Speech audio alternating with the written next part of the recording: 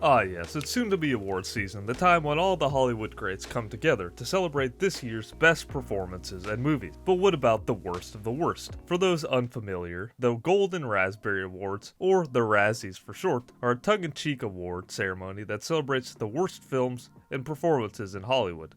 While some may see this as mean-spirited, others view it as a way to poke fun at the industry and its shortcomings. There's been countless number of big movies that have made their way to the Razzies list to their dismay. Some individuals have even embraced it though, like when Halle Berry accepted her award at the Razzies in dramatic fashion for her cringy role in Catwoman, which honestly props to her for having such a good sense of humor about it. I can already think off the top of my head how many other actors and actresses would not have been so funny about it. Some notable Razzie winners in the past include Cats, The Love Guru, Transformers Revenge of the Fallen, The Last Airbender, 50 Shades of Grey, The Emoji Movie, Blonde, and so many others. But one movie has earned its name in the record books for most Razzie nominations ever, and one that was completely close to beating out the record for most won. Yes, we're talking about the 2011 Adam Sandler comedy, Jack and Jill. Now, just a disclaimer that this movie wasn't the one that technically won the most Razzies. That will go to Lindsay Lohan's 2007 failure thriller, I Know Who Killed Me, which won a whopping 9 Razzies the year it was released, which is literally a world record. With that being said, the most nominations of any movie ever rightfully went to Jack and Jill. It was met with overwhelmingly negative reviews, as you can imagine. Many critics called it one of the worst movies of all time, while others claimed it to be a low point in Sandler's otherwise successful career. It's a shame because Adam Sandler's more serious roles like Uncut Gems, Punch Drunk Love show that he's a lot more than just a cheesy comedic actor. Sadly, none of this is shown in this cross-dressing mess of a movie. The movie follows an ad executive by the name of Jack, played by Sandler. He's dreading Thanksgiving because his twin sister Jill, also played by Adam Sandler, makes her annual visit. When Jack and his sister get off on the wrong foot, the only way to make it right is to invite her to stay through Hanukkah. Later on, the plot thickens when actor Al Pacino, whom Jack desperately needs to star in a commercial, takes a shine to Jill. Jack may be forced to extend his sister's visit even longer. Yes, you heard correctly. One of the best actors in cinema as we know it, Al Pacino, willingly made an appearance in this dumpster fire. Not sure if the executive had some blackmail or some dirt on Pacino or what, but somehow he made his appearance in the movie, one of which actually plays a part in the main plot for some weird reason. Alongside Adam Sandler, or Sandler should I say, and Al Pacino is also a wide variety of guest appearances and cameos, which is common for Sandler projects like this. Apart from Katie Holmes as one of the leads, a few appearances include David Spade, Norm Macdonald, Dana Carvey, and even Regis Philbin as himself. I can't imagine that any of these names were super thrilled once they saw the final cut, or maybe they were too busy cashing in their quick check to actually watch the movie. Either way, it's not a good look.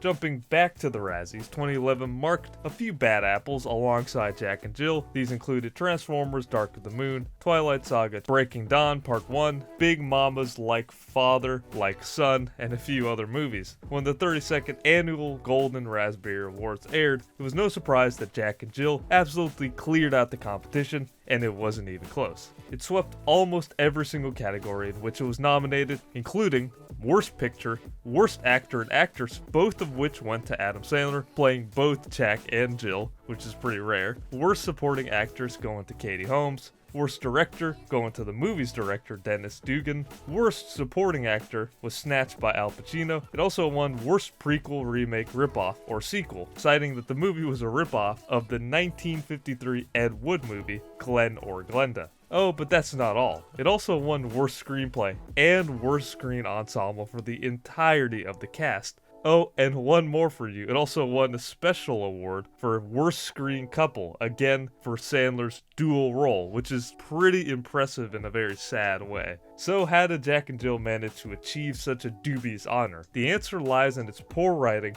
underdeveloped characters, and reliance on crude humor and offensive stereotypes. Many critics also point out the blatant product placement throughout the film, making it seem more like a marketing gimmick rather than an actual movie. In typical fashion of trash comedy movies like Jack and Jill, it does nothing new or interesting and relies on silly gags and childish humor to get through the runtime. Movies like Jack and Jill have seeds of funny ideas and ones that could potentially be hilarious if done correctly, but they end up being extremely obnoxious, like that one annoying kid at the Christmas party who's just eating too much cake.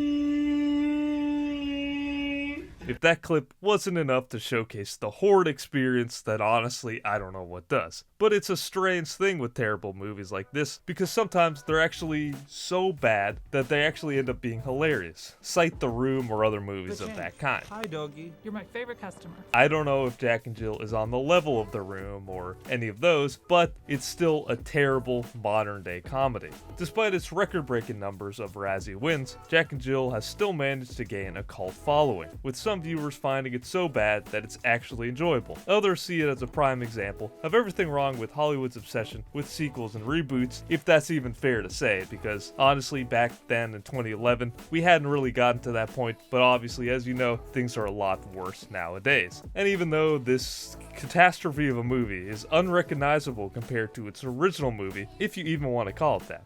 Regardless of your opinion on the film, there's no denying that Jack and Jill has solidified its place in Razzie's history. Whether or not it's a title to be proud of is up for debate, but one thing that's for sure is that the movie will always hold a special place in the hearts of those who appreciate a good, or should I say rather bad, cinematic disaster.